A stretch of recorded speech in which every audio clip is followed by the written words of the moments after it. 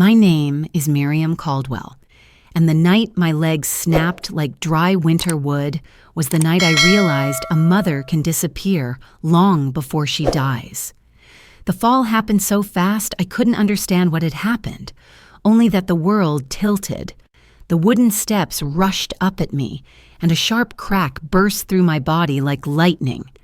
I remember lying frozen at the bottom of the staircase, my right leg bent in a direction no leg should ever go, and the taste of iron rising in my mouth as I tried to breathe through the pain.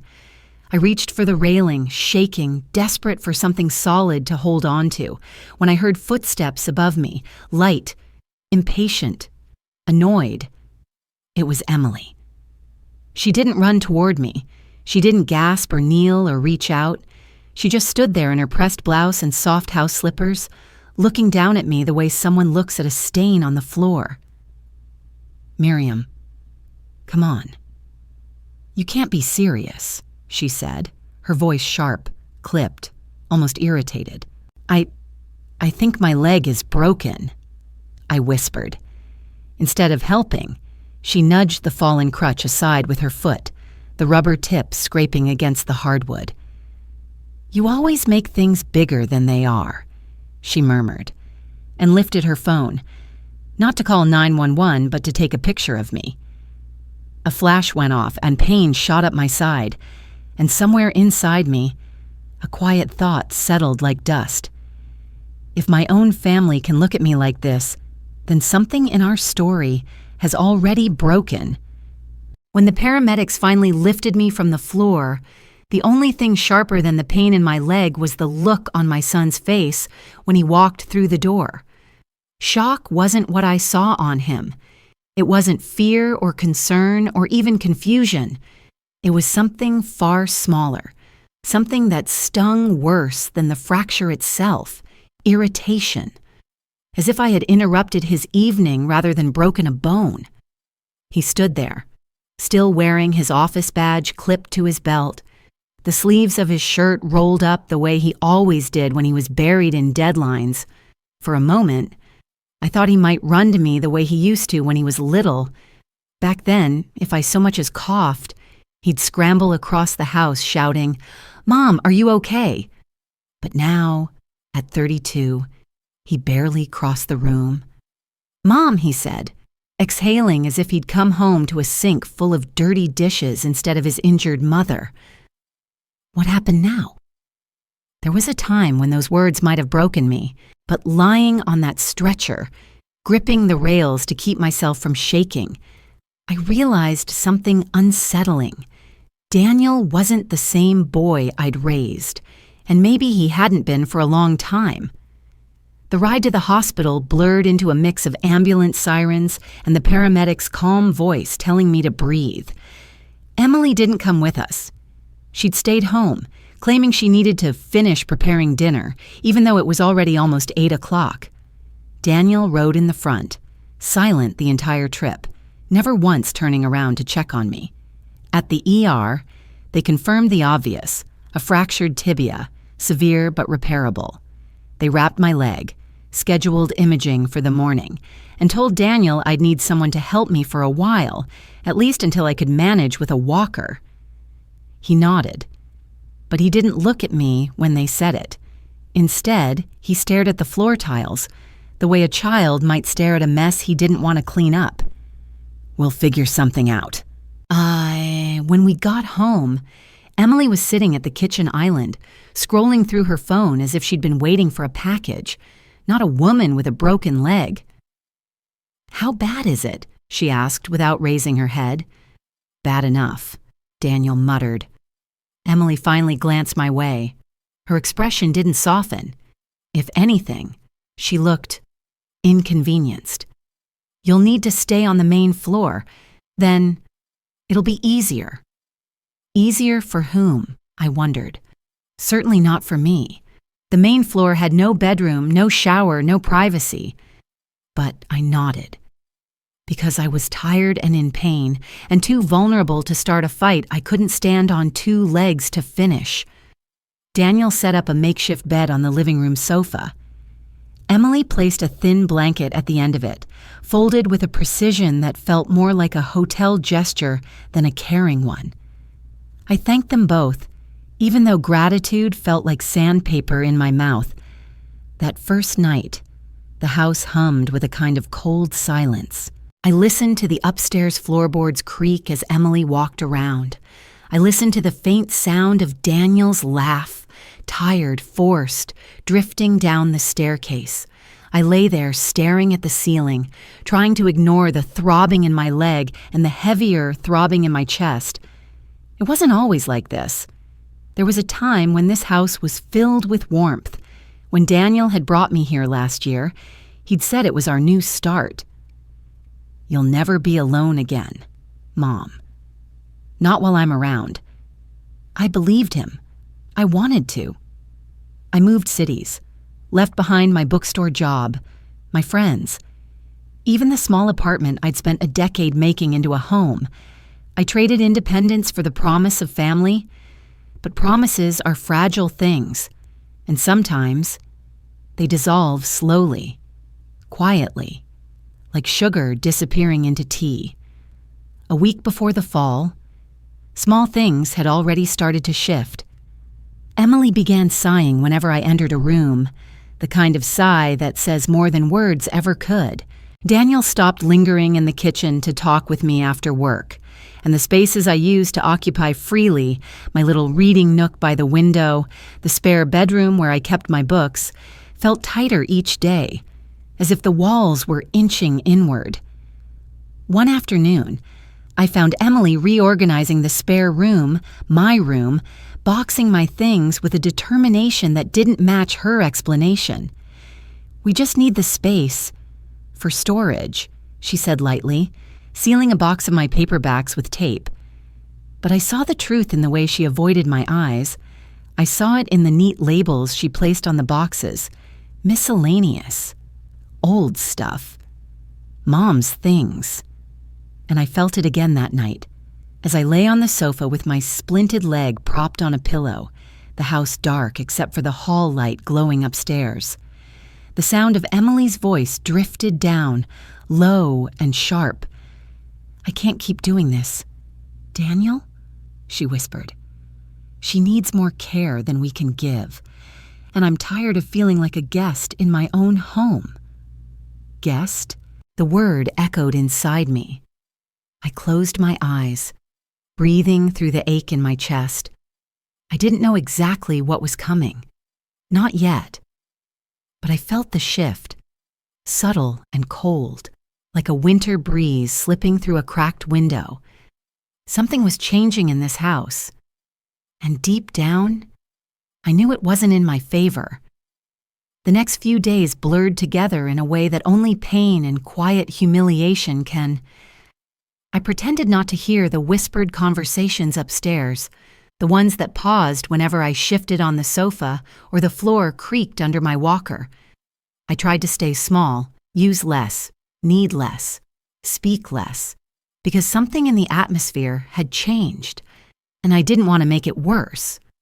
Still, the house told its own story, even when no one spoke. Emily stopped leaving the kitchen light on for me at night, even though she knew I couldn't climb stairs to drink water. Daniel rushed out earlier each morning, slipping out the door before I fully woke, and as the hours stretched long and empty, I began to feel like an unwanted guest occupying borrowed space. One afternoon, while I was trying to balance myself enough to heat a bowl of soup, Emily walked in, holding her tablet and a file of printed papers. She didn't ask how my leg was. She didn't ask if I needed help with the pot trembling in my hand. She simply leaned against the counter with that clean, cool posture she always had, and watched me. "I talked to someone today," she said in a voice too light, too rehearsed. "A care coordinator, just to get information." My heart tightened. "Information about what?" "Options," she replied, tapping her tablet as if the word meant nothing. "In-home assistance, part-time aides, assisted living placements, nothing decided, just possibilities."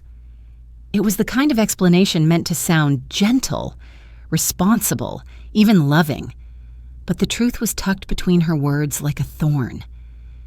"You think I can't live here," I said quietly. "I think," she answered, choosing every syllable with careful precision, "that this house needs stability, routine, predictability, which is hard right now." My soup nearly slipped from my hand. I steadied myself against the stove. My breath caught somewhere between indignation and a deeper, more familiar fear, the fear of becoming a burden. Daniel came home later, and I brought it up while he helped me lower myself onto the sofa. "Your wife talked to someone about placement." He froze mid-movement, then forced a smile that didn't reach his eyes. "She's just stressed. She didn't mean anything by it." But he didn't deny it, and he didn't ask what she'd said. That silence told me more than any explanation could. That night, when the house finally quieted, I reached for the blanket around my shoulders and heard something upstairs. A door closing gently. A voice muffled but tense. Daniel's? Then Emily's. I couldn't make out the words, but the cadence alone was enough to twist my stomach. It was the rhythm of two people discussing a shared problem, one they wanted solved, and I was the problem. The next morning, I woke early, the living room dim and blue with dawn light. I tried to stand before the pain reminded me that healing bones demand patience. I reached for my crutch and felt something odd tucked behind the sofa cushion, a folded pamphlet. I pulled it out with trembling hands. Meadowview Senior Living. My name wasn't listed anywhere on it, but I didn't need it to be. The image on the cover, an elderly woman smiling in a wheelchair, a cheerful nurse behind her, was enough. So was the small, sticky note attached to the back, scribbled in Emily's handwriting. "Ask Daniel." My hands went cold. Later that evening, while Emily was out and Daniel was in his office downstairs, I knocked lightly on his door. He looked up, startled, as if I'd caught him in something private, which told me I absolutely had. "I found this." I placed the brochure on his desk. "Why is this in the house?" He swallowed, rubbed the back of his neck, then sighed the way he used to sigh as a boy when he broke something he didn't want to confess to. "Mom, you need more help than we can give right now." "No," I whispered. "What I need is my son." He closed his eyes, and for a moment, I thought he might reach for me. But instead, he leaned back in his chair, avoiding my gaze entirely. "This is temporary," he said, a lie dressed as reassurance. "Just until your leg heals." But I heard the finality buried underneath those words, the quiet decision that had been building long before my fall. As I left his office, the ache in my chest throbbed harder than the fracture in my leg, because for the first time, I realized something I had never allowed myself to consider. The life I gave up to move here, the home I left, the independence I surrendered, might never be returned to me. And somewhere upstairs, in a house that used to feel like a promise, someone had already begun planning a future that no longer included me. The morning Daniel handed me the walker instead of the crutch, something in his eyes had shifted. It wasn't anger or even impatience. It was guilt, thin, uneasy, and quickly hidden. He mumbled something about stability and safety, but it wasn't about my leg. It was about control, about making sure I moved slower, that I stayed where they needed me to stay. As I made my way across the living room, the wheels squeaking across the hardwood, I caught Emily watching me from the hallway. Her arms were crossed, her expression unreadable. For a second, I wondered if she felt remorse, even a flicker of concern. But then she turned away before I could tell. That afternoon, a social worker arrived at the door. Her presence wasn't entirely unexpected, After all, the signs had been appearing like breadcrumbs, but seeing her standing there with a clipboard made my stomach twist. She introduced herself as just doing a quick wellness check, her smile warm but trained. Emily welcomed her in with polite enthusiasm, offering coffee and gesturing toward the living room where I sat. I felt exposed under the social worker's gentle eyes as she asked questions designed to seem harmless. How was my appetite? Did I feel safe? Was I able to manage basic tasks alone? Was I confused lately? Emily hovered in the doorway, chiming in softly at moments that didn't need her voice. "She forgot the stove on last week," she said at one point. "That isn't true," I replied sharply. The social worker turned back to me, her expression neutral but attentive. "It's okay," she said. "Sometimes the mind gets overwhelmed during recovery." Emily nodded sympathetically, as if she were the one suffering. The social worker left after half an hour. She thanked Emily for her supportive involvement and suggested they all keep in close contact over the next few weeks. When the door shut behind her, the house fell into an eerie quiet. I looked at Emily. "Why are you doing this?" She tilted her head slightly, almost pitying. "We're trying to help you, Miriam. You can't keep pretending everything is fine." "But it is fine," I insisted. "My leg is broken, not my mind." She gave a small, knowing smile that chilled me. "That's what we're trying to prevent." Those words lingered like smoke long after she walked away. Later that night, the sound of typing drifted from Daniel's office. Curiosity tugged at me, then fear. I shouldn't have gone to the doorway, I knew that, but something inside me needed to see, needed confirmation, needed truth. Daniel sat hunched over his desk, the glow of the laptop screen highlighting the tension in his jaw. His phone was on speaker. I heard a man's voice, a calm, professional tone. "So to proceed," the man said, "we'll need her evaluation forms signed. The cognitive assessment will establish limited capacity, which makes the transition smoother legally. It's standard in cases like this." My heart hammered.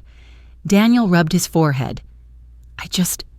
I want this to be as painless as possible. She's been struggling, and Emily can't handle the stress anymore." Struggling? The word hit me like another fall down another staircase. The man continued. "Once the placement is confirmed, she can move to Meadowview as early as next month. It's a good facility. Clean. Safe." Daniel exhaled deeply, a long and tired breath. "Okay, send me the documents. I'll sign them." I gripped the door frame to steady myself, the walker slipping slightly out of reach. My breath caught in my throat, and my vision swam, not from physical pain, but from a deeper cut, one that severed something nothing could mend. Daniel wasn't being manipulated. He wasn't being tricked. He had decided. I backed away before he could notice me, my heartbeat loud in my ears. I made it back to the sofa, sank into the cushions, and let the truth settle around me, heavy and suffocating. They weren't waiting for my leg to heal. They weren't weighing options. They were preparing to remove me, not for my safety, not for my health, but because my presence, my existence, had become too inconvenient. Later that night, I lay awake listening to the faint hum of the refrigerator, the creak of floorboards upstairs, and the soft murmur of Daniel's voice as he told someone, a friend, perhaps, that he hoped this was the right decision. I closed my eyes, and for the first time since moving into this house, I didn't feel like family. I felt like a task, a burden, a project to be managed, and somewhere deep inside me, a quiet understanding crystallized. If I didn't find a way to hold on to myself, I would lose more than my home. I would lose my life as I knew it. The conversation that changed everything began on a morning far too calm for what it carried. I woke to the sound of dishes clinking softly in the kitchen and sunlight spilling through the blinds in thin stripes. For a moment, I let myself pretend things were normal. Then I saw Daniel standing a few feet away, his hands tucked into the pockets of his jeans, his shoulders pulled tight. His expression told me he hadn't slept. "Mom," he said quietly, "can we talk?" Emily hovered near the dining table, not sitting, not leaving, just watching. Her presence alone made my stomach tighten. She wasn't nervous. She wasn't conflicted. She looked settled, as if a decision had been reached and all that was left was to deliver it. Daniel took a breath. "Meadowview has a room available." I blinked. "For who?" He swallowed. "For you?" The words landed with a weight I felt in my bones. I tried to straighten myself, tried to keep the tremor out of my voice. "Daniel, my leg is healing. I can manage." "It's not just about the leg," Emily cut in, her tone soft but stripped of warmth. "You need structure, support, a place where people can look after you properly." I stared at her. "You mean a place that isn't here?" She didn't deny it. Daniel stepped closer. "It'll be temporary, just until you're steady again." "That's not what the papers were for," I said. "I heard you. I know what you signed." He froze, guilt flickering across his face. "Mom, please."